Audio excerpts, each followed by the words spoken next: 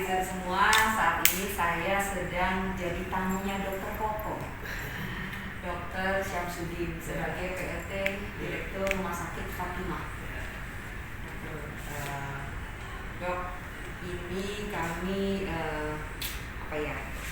senang sekali karena meskipun situasinya kurang happy, tapi saya lihat Dr. Koko sudah kembali bekerja dengan penuh semangat. Apa sih yang menjadi alasan untuk istilah itu hidup harus terus belajar? Sebenarnya ini mungkin salah satu kompensasi ya, karena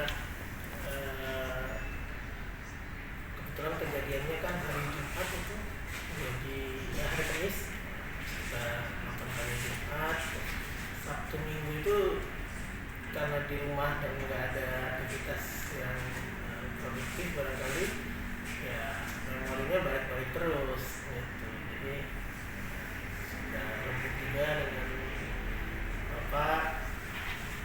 kita harus aktivitas ya, kalau nggak kita aktivitas dia akan dampaknya bisa negatif terus kita berkabung gitu. Akhirnya diputuskan itu kita mulai aja jadi langsung tuh di hari Senin itu sudah mulai kembali kerja, sedikit bisa terobati lah dukanya, walaupun ya pasti adaptasinya masih berlangsung sih sampai sekarang, belum bisa dibilang lanjut terus ya. Bahasa sekarang move on-nya belum bisa. Belum sepenuhnya ya, karena itu perlu waktu ya. Oke, jadi sekarang Dr. Koko menjadi ibu juga sekaligus menjadi ayah. Bisa ceritain nggak dok? Iya, kerepotannya seperti apa? Biarpun ada pengasuh, tapi kan tentu sentuhannya beda ya kalau ayah sendiri yang melakukan.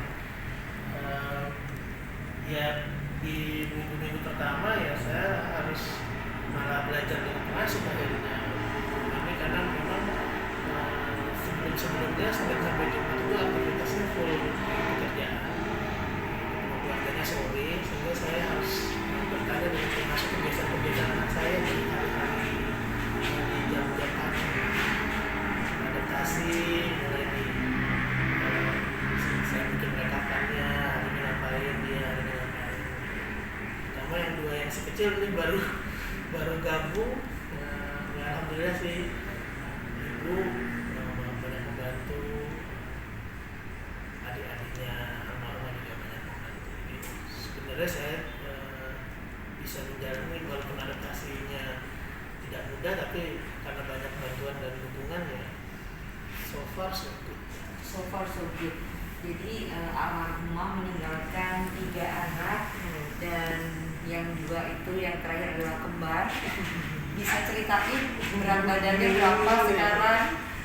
Iya, di istilah medis kembar, tapi memang itu kan yang wawancara terakhir itu ya, itu adalah proses bayi tabung. Jadi sebenarnya itu kakak adik yang dikandung di satu waktu yang sama. Sekarang ya lahirnya kebetulan prematur pada waktu itu, mungkin itu 33 minggu usia kehamilannya pada waktu itu. Berat lahirnya 1900, sekarang sudah mau 3 kilo dan sudah mau mengejar ke arah berat yang sesuai dengan usia. Sekarang kan sudah mau masuk 1 bulan. Sudah mau masuk 1 bulan. Ya, jadi itu untuk umur segitu itu beratnya oke? Iya, itu standar beratnya. Oh, berat standar ya, oke. Gimana komentar dari sehari-hari melihat adiknya yang juga itu? Ya,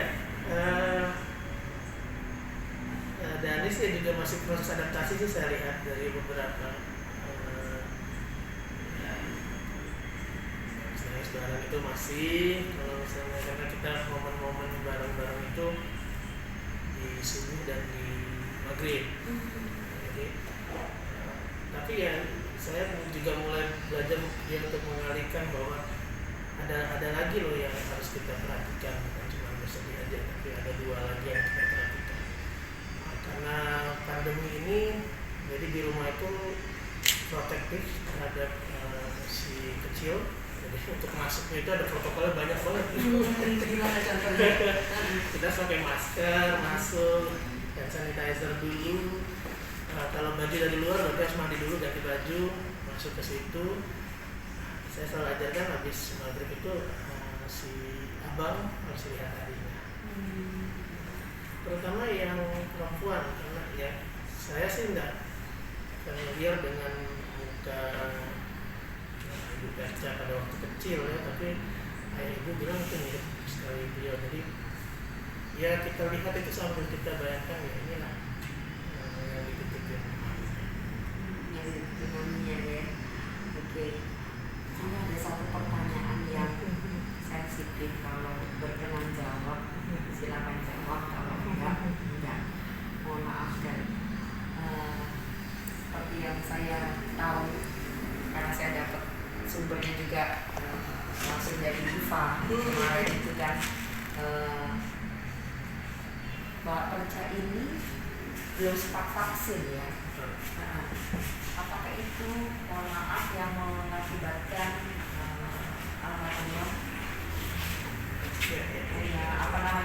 punya daya tahan yang kurang, apalagi mengandung anak remaja?